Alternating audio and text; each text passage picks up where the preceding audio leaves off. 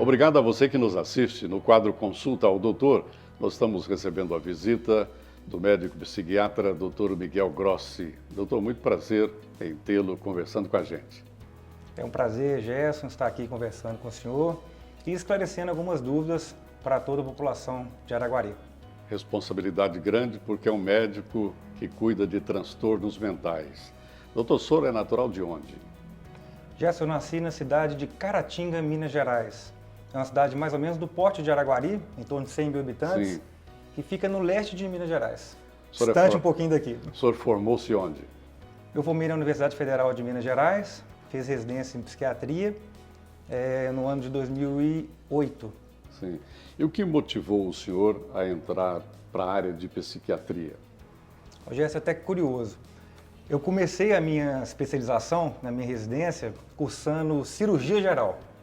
E eu trabalhava na cidade de Belo Horizonte, Minas Gerais, e fiz um ano a residência médica em cirurgia geral. Sim. A gente operava no hospital da Rede FEMIG, um hospital grande, um hospital oncológico, e no dia a dia nós lidávamos com pacientes graves, com pacientes com câncer, pacientes oncológicos e que teriam que ser submetidos a algum procedimento cirúrgico.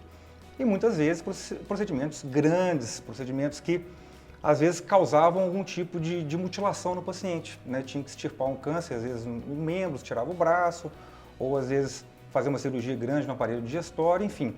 E aquele sofrimento era enorme, era imenso. Às vezes, mais até do que o próprio câncer, o sofrimento mental do paciente, em decorrência, claro, da doença, e da cirurgia que muitas vezes acabava ali na tentativa de ajudar, mas acabava com alguma complicação. Abala muito psicológico. Abalava demais, abalava demais.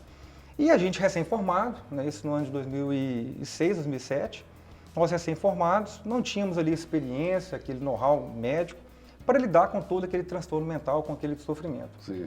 Então, durante a residência de cirurgia geral, eu acabei tendo um quadro de depressão. Eu acabei sofrendo ao ver o sofrimento daqueles pacientes e ao ver que eles eram, de uma certa maneira, desassistidos do ponto de vista psiquiátrico. Os cirurgiões, uma maneira até de um mecanismo de autodefesa, eles negligenciavam, vamos dizer assim, o sofrimento psíquico daqueles pacientes. E acabavam focando no problema exclusivamente ali cirúrgico, oncológico. E aquilo foi me dando um mal-estar, foi me dando um sofrimento tremendo, que eu falei, eu tenho que cuidar dessa parte. Eu acho que a minha vocação não é para cirurgia, não. A minha vocação é cuidar da saúde mental dessas pessoas. Então eu tive, nessa época, desenvolvi um quadro de depressão pelo sofrimento, pela gravidade dos pacientes que eu atendia no hospital oncológico. E aí resolvi então deixar a cirurgia geral, e buscar a minha especialização, a minha residência em psiquiatria. E assim eu fiz em Belo Horizonte, no Hospital de Clínicas. Quer dizer, tudo acontece por Deus. Mas o senhor falou uma coisa importante. Muitas das vezes, um bom bate-papo, diálogo, ele cura mais do que um remédio, não é? Não, com certeza. Eu acho que as pessoas ali no hospital, elas buscavam, claro, um acompanhamento cirúrgico, um acompanhamento oncológico, mas elas buscavam muito mais do que isso. Elas buscavam um olhar humano, um olhar acolhedor, um olhar de entendimento sobre o momento de vida que elas estavam experimentando, vamos dizer assim, com a doença. Isso causa uma empatia, então, doutor? Exatamente. Então, o médico tem que ter essa empatia, tem que ter esse lado humano, faz parte da formação médica, mas igual eu falei para o senhor, que infelizmente, às vezes, nós não vemos isso em alguns cirurgiões, porque isso não é errado, é porque no mecanismo, talvez, até de autodefesa, para não se envolver tanto com o paciente e não sofrer igual eu sofri na época em que era residente. Então, eles têm até essa fama de talvez serem um pouco mais frios, mas que talvez seja esse mecanismo de distanciar um pouco desse lado mais psicológico, vamos dizer assim, para cuidar do lado mais médico, mais da parte cirúrgica. Mas então, assim, outros profissionais precisam de preencher esse espaço, seja o psicólogo, o psiquiatra, o assistente social, mas o fato é que não pode faltar essa assistência a esses pacientes oncológicos. Pois é, agora eu vou fazer uma pergunta para o doutor Miguel, e essa pergunta vai de encontro com você que tem filhos na pré-adolescência, na adolescência e também crianças, porque ele é um médico psiquiatra que cuida de transtornos mentais também de crianças. Doutor, a procura é grande de crianças com esses problemas também, porque muita gente, igual o senhor disse aí, ao invés de procurar o psiquiatra, procura um neuropediatra. Gostaria que o senhor explicasse direitinho, porque o senhor é especialista também em atender crianças nesse segmento, né? Sim, é verdade, Gerson. Eu sou psiquiatra, né, psiquiatra geral, que a gente fala, não atendo adultos, e sou especialista também em psiquiatria da infância e da adolescência. Tenho uma experiência aqui na cidade de Araguari, atendendo crianças no CAPS infantil. Inclusive, deixar aqui meus parabéns para a administração municipal, para a Prefeitura Municipal de Araguari, que é um CAPS muito bem estruturado, com profissionais dedicados e qualificados no atendimento dessas crianças e dos adolescentes.